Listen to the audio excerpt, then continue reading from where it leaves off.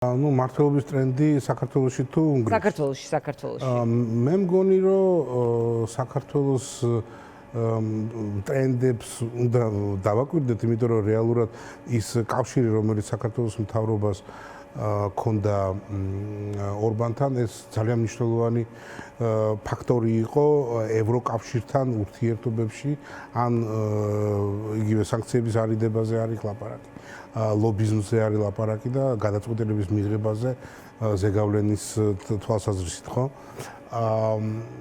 ეხლა მე არ მგონია რომ იგივე კავშირები იყოს, ვთქვათ, ახალ მთავრობასთან. არის როლი იკისროს მადიარმა. დღეს თქვა რომ კარგ ურთიერთობებს გავაგრძელებთ და თბილისში ჩამოსვა და ასე შემდეგ, მაგრამ ასე უნდა იყოს. ხო.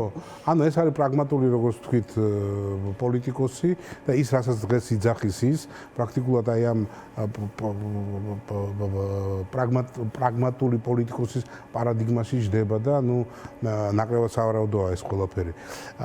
რაც შეეხება თქვათ უნგრეთისა და საქართველოს ურთიერთობებს ზოგადად მე ვფიქრობ რომ ის დაუბრუნდება ნორმალურ თქვათ ევროპულ და თქვათ კავკასიური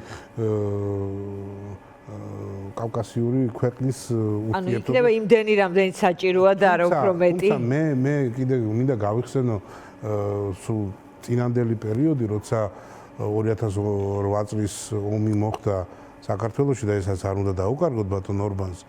ის მკვეთრად პროქართული განცხადებებით ასე ვთქვათ გაითქვა თავი და ეს ყველა ხელისუფალთან მეგობრობდა ვინც იყო ვიდრე ის იყო მე უბრალოდ არ მინდა რომ დაუკარგო ეს მომენტი მას და ითვლებოდა რომ ორბანი საქართველოს მეგობარი პოლიტიკოსი არის ევროპაში 2012-ში მე ძალიან კარგად მახსოვს, ორბანი იყო საქართველოში ჩამოსული და ქართული ოცნების წინააღმდეგ იყო კამპანიაში ჩართული და მიშას ნაციონალური მოძრაობის ყრილობას ესწრებოდა. მაგ გულისხმობს ზუსტად რომ წინა ხელისუფლებასთან ძალიან მჭიდრო კავშირები ჰქონდა და ეს ვთქვათ მართლა მნიშვნელოვანი სხვა პოლონეთთან ერთად შეიძლება ითქვას რომ აი ამ 2008 წლის მერე პერიოდში უნგრეთი და უნგრეთის მთავრობა იყო ყველაზე აქტიური ევროპაში ვთქვათ საქართველოს